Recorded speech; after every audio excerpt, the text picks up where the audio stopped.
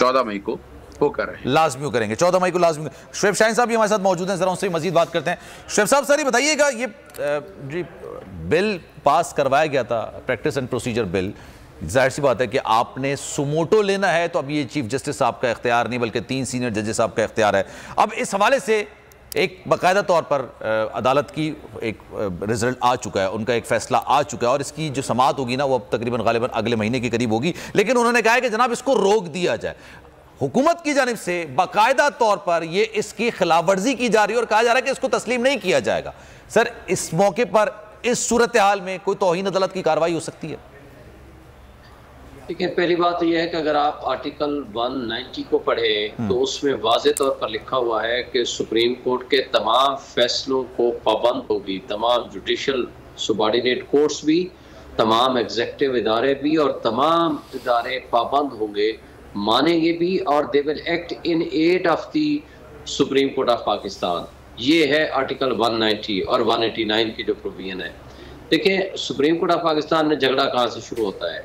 पिछले 2 महीने से ये जो डिस्प्यूट क्रिएट करने की कोशिश कर रही है एग्जेक्टिव और पार्लिमान, ये मिक्सअप कर गए हैं, एक दूसरे के ऊपर ओवरलैप कर रहे हैं और बदनीयती से ये सुप्रीम कोर्ट को मिलाइन और प्रेशराइज कर रहे हैं जस्ट फॉर द काज कि सुप्रीम कोर्ट ने एक बात कह दी कि आइन के मुताबिक 90 डेज में इलेक्शन होने हैं और तमाम पाबंद हैं इदारे और तमाम पाबंद हैं executive institutions, election commission of Pakistan, governor और प्रेसिडेंट ऑफ पाकिस्तान के इसके मुताबिक एक्ट करें इन अकॉर्डेंस विद कॉन्स्टिट्यूशन, क्योंकि कॉन्स्टिट्यूशन सुप्रीम किताब है, हमारी मुक़द्दस किताब है, जिसके तहत तमाम पावर्स एंड ऑब्लिगेशंस दोनों तमाम इदारे और शख्सियात और पब्लिक ऑफिस होल्डर्स उससे डिराइव करते हैं।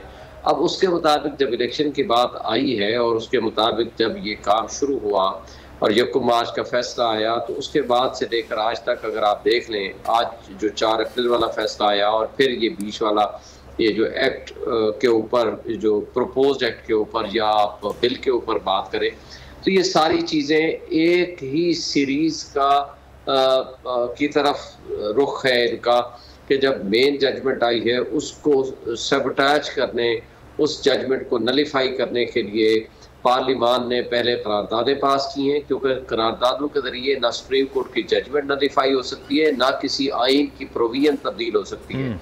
ये पार्लिमान को भी पता है, ये कौम को भी पता है, ये सुप्रीम कोर्ट ऑफ पाकिस्तान को भी पता है।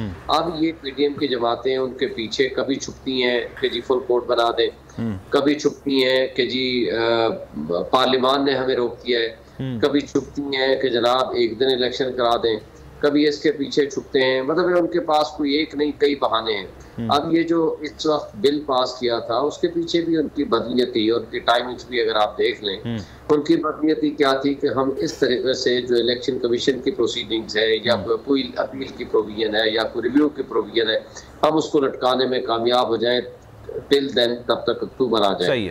और वहाँ पर वो धमकियां दे रहे हैं कि अक्टूबर को भी हम इलेक्शन नहीं कराएंगे। अब जो सुप्रीम कोर्ट का फैसला है वो तमाम इदारे पाबंद हैं उसको मानने के। कोई भी इदारा, खा वो पार्लिमान है, खा वो एग्जेक्टिव है, क्योंकि ये ट्राइकोटोमी ऑफ पावर्स का कॉन्सेप्ट है। इसमें एग्जेक्टिव के अपने इख्तियारात हैं, मुकर्ररा के अपने इख्तियारात हैं और अदलिया के अपने इख्तियारात हैं, और फाइनल आर्बिटर जो है वो सुप्रीम कोर्ट ऑफ पाकिस्तान है। जिस आइन की तशरीह वो कर देंगे तो वो that will be treated as final. और इसी तरह पार्लिमान को ये अख्तियार है कि वो आइन में चाहें तो, लेकिन बेसिक स्ट्रक्चर को चेंज नहीं करेंगे, लेकिन आइन में 2/3 मेजॉरिटी के साथ वो तरमीम कर सकते हैं। अब 2/3 मेजॉरिटी के बगैर जब जिस तरह सब लेजिस्लेशन के जरिए इन्होंने सुप्रीम कोर्ट की पावर्स को कर्टेल करने और चेंज करने की कोशिश की, वो on the face of it unconstitutional है। सही है। और वो अनकॉन्स्टिट्यूशनल एक्ट भी बदनीयती पे मबनी है इस वक्त, सिर्फ और सिर्फ अपने आप को वो बचाना चाहते हैं कि ताकि वो इलेक्शन में ना जाएं और इलेक्शन से किसी तरीके से वो फरार का रास्ता अख्तियार कर सकें।